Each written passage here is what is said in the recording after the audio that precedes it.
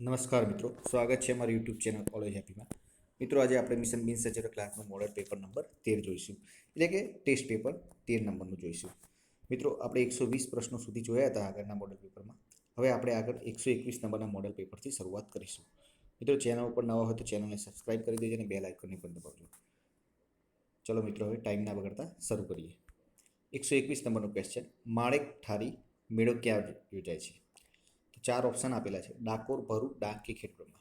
મિત્રો, વિડીયોની શરૂઆતમાં આજે પહેલો પ્રશ્ન છે 121 નંબરનો. એ પ્રશ્નનો જવાબ તમારે કોમેન્ટ બોક્સમાં આપવાનો છે. હવે આપણે આગળના પ્રશ્નથી જવાબ સાથે કહીશું. ડાયરેક્ટ તમને જવાબ કહી દઈશ મિત્રો. વિડીયો સ્ટોપ કરીને પોતાના મનમાં તમે વિચારી શકો છો. 122 નંબરનો ક્વેશ્ચન: આણંદ પરમાનંદ કોણ હતા? 4 ઓપ્શન છે. સાચો જવાબ થાય સી ઓપ્શન, ચારણ કવિઓ. 123 નંબરનો: ખાલી જગ્યા ભારતનું પારંપરિક તંતુવાદ્ય છે. તો ભારતનું પારંપરિક તંતુવાદ્ય ડી ઓપ્શન, સુરંદો છે, એટલે કે સાચો જવાબ ડી ઓપ્શન.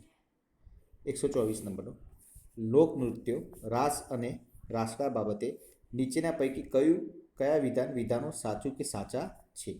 4 ઓપ્શન આપેલા છે. સાચો જવાબ તમારે જણાવવાનો છે. તો સાચો જવાબ થાય એ ઓપ્શન, એટલે કે ફક્ત 1 નંબરનું વિધાન સાચું છે કે રાસમાં નૃત્યનું પ્રાધાન્ય હોય છે, જ્યારે રાસડામાં સંગીતનું હોય છે. આગળનો ક્વેશ્ચન 125 નંબરનો: ખાલી જગ્યા નૃત્યમાં યુવકો હાથમાં મંજીરા લઈ ગોળાકારમાં નૃત્ય કરે છે. તો સાચો જવાબ થાય સી ઓપ્શન, એટલે કે સાચો જવાબ થાય પઢાર નૃત્યમાં. 126 નંબરનો ક્વેશ્ચન: લોક ભારત ગૂંથણનો ઉત્કૃષ્ટ નમૂનો ઉલ્લેખ શું છે? પહેલો ઓપ્શન છે એક પ્રકારની પીછવાઈ, અને બીજો અને ત્રીજો ઓપ્શન છે આહિર સ્ત્રીઓની ઓઢણી, ઘરમાં ઉપરથી ખરતી ધૂળ ઝીલવા માટેનું કાપડ કે ભરવાડ યુવાનનું ધોતિયું. તો સાચો જવાબ થાય છે મિત્રો સી નંબરનો ઓપ્શન, ઘરમાં ઉપરથી ખરતી ધૂળ ઝીલવા માટેનું કાપડ. 127 નંબરનો ક્વેશ્ચન: કાગડા શૈલી ખાલી જગ્યા શૈલીનો પ્રકાર છે. તો કાગડા શૈલી ચિત્રકલા શૈલીનો પ્રકાર છે. 128 નંબરનો ક્વેશ્ચન: માળીનો ચાળો ખાલી જગ્યા છે. તો માળીનો ચાળો એક પ્રકારનું ડાંગી નૃત્ય છે. 129: ખાલી જગ્યા ચાને ગળી શા અને છાશને છાટી શા કહે છે? તો સાચો જવાબ થાય એ ઓપ્શન, ભીલ લોકો. 130 નંબરનો ક્વેશ્ચન: આદિવાસી પ્રજા તથા દિગંબર જૈન સમાજની સંસ્કૃતિના સમન્વય રૂપ રેવડીનો મેળો ખાલી જગ્યા ખાતે યોજાય છે. તો કઈ જગ્યાએ ખાતે યોજાય છે? સંતરામપુરમાં. મહીસાગર જિલ્લાના સંતરામપુર તાલુકામાં યોજાય છે. 131 નંબરનો ક્વેશ્ચન: તેલિયા તળાવ અને દુધિયા તળાવ ક્યાં આવેલા છે? તો સાચો જવાબ થાય બી ઓપ્શન, પાવાગઢ. 132 નંબરનો ક્વેશ્ચન: હનુમાનની માતા અંજનીના નામ ઉપરથી પડેલું અંજન કુંડ કે જ્યાં હનુમાનનો જન્મ થયો હોવાનું મનાય છે, તે સ્થળ ક્યાં આવેલું છે? સાચો જવાબ થાય સી ઓપ્શન, ડાંગમાં. 133: મહાવદ ચોથના દિવસે ખાલી જગ્યા ખાતે ગાંધીજીનું અસ્થિ વિસર્જન કરવાનું નક્કી કરવામાં આવ્યું હતું, તેથી દર વર્ષે આ દિવસ અહીં આદિવાસીઓનો મોટો મેળો ભરાય છે. તો સાચો જવાબ થાય ડી ઓપ્શન, ક્વાટમાં. પ્રાકૃતિક સૌંદર્યથી ભરપૂર એવું બાણેજ તીર્થ સ્થળ ક્યાં આવેલું છે?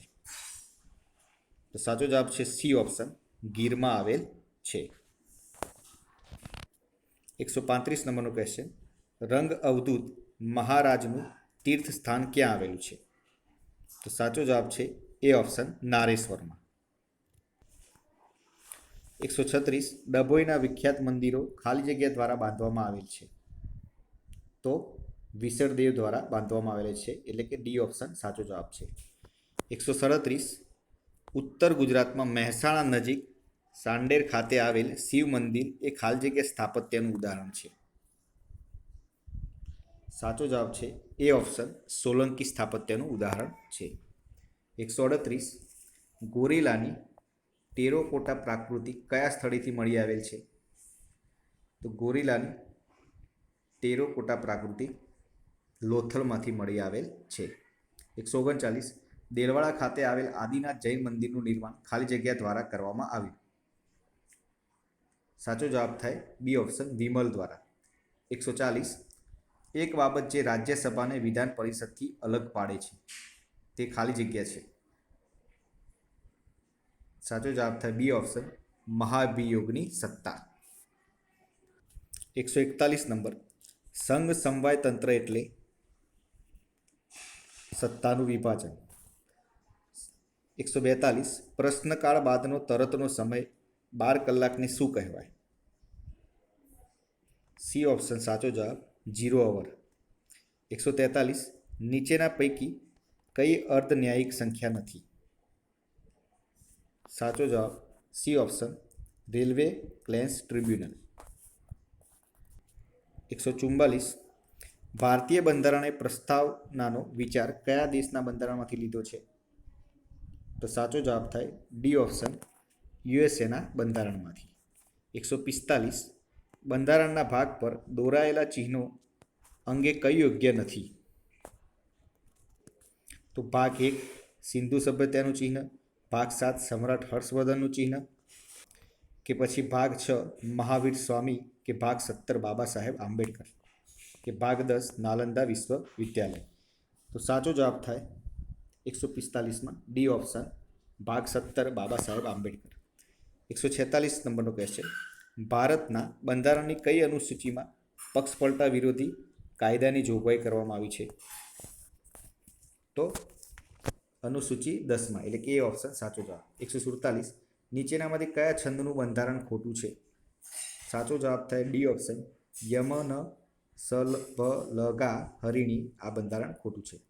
148, અખાડામાં જવાના મેં ઘણીવાર અખાડા કર્યા છે, અલંકારનો પ્રકાર દર્શાવો. તો સાચો જવાબ છે બી ઓપ્શન, યમક. 149, સહુની છાયા હેઠળ ઘરે ગોઠડી તડકાના ચાંદરના અલંકાર ઓળખાવો. બી ઓપ્શન, સજીવારોપણ અલંકાર. 150, શબ્દકોશમાં જ્ઞ અક્ષર કયા વ્યંજનની હરોળમાં આવશે? બહુવ્રીહી. ક્યાં? જ ઓપ્શન, જ વ્યંજનની હરોળમાં આવશે. 151, કલ્પવૃક્ષનો સમાસ પ્રકાર દર્શાવો. ભાષા મધ્યમ પદલોપી. 152, નીચેનામાંથી કયો શબ્દ તત્પુરુષ સમાસ છે? નંદકુંવર. અભણ રમજુ ડોસા પાસે શબ્દો નહોતા, કેવળ સૂર હતા. રેખાંકિત શબ્દ શું દર્શાવે છે? એ ઓપ્શન સાચો જવાબ, નિપાત દર્શાવે છે. 154, નું અનુગ કઈ વિભક્તિ દર્શાવે છે?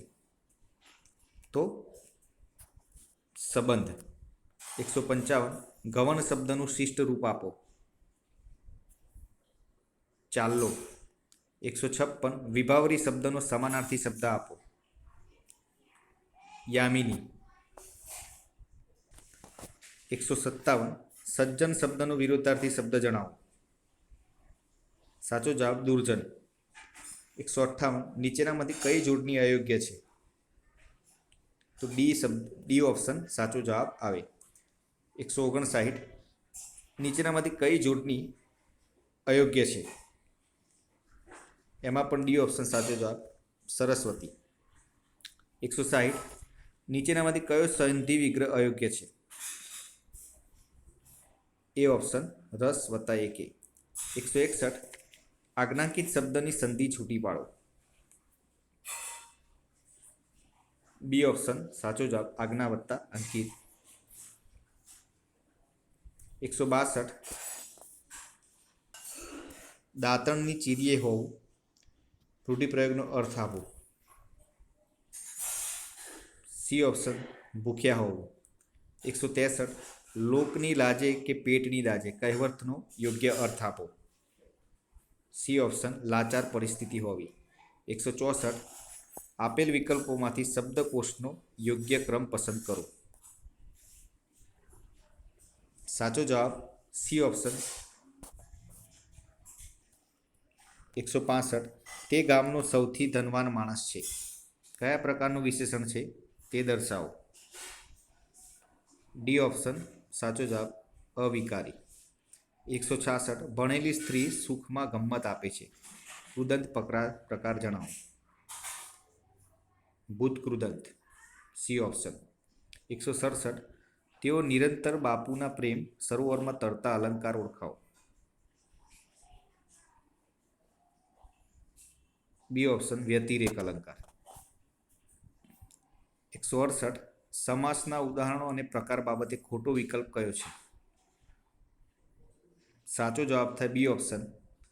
169. નીચેનામાંથી કયો સમાસ એક પદ પ્રધાન નથી? બહુવ્રીહી. 170. ગુજરાતી ભાષામાં અઘોષ વ્યંજનો કેટલા છે? 13 વ્યંજનો છે. તો મિત્રો આ હતા આપણા આજના વિડીયોના પ્રશ્નો એટલે કે ટેસ્ટ પેપર. બીજા વિડીયો સાથે ફરીથી મળીશું. ચેનલ ઉપર નવા હોય તો ચેનલને સબસ્ક્રાઇબ કરી દેજો અને બેલ આઇકનને પણ દબાવજો, જેથી કરીને આવનાર દરેક વિડીયોની નોટિફિકેશન આપને સૌપ્રથમ મળી રહે અને આપણી તૈયારીમાં વધારો થઈ શકે. ચલો મિત્રો, નવા વિડીયો સાથે ફરીથી મળીશું. જય હિન્દ, જય ભારત.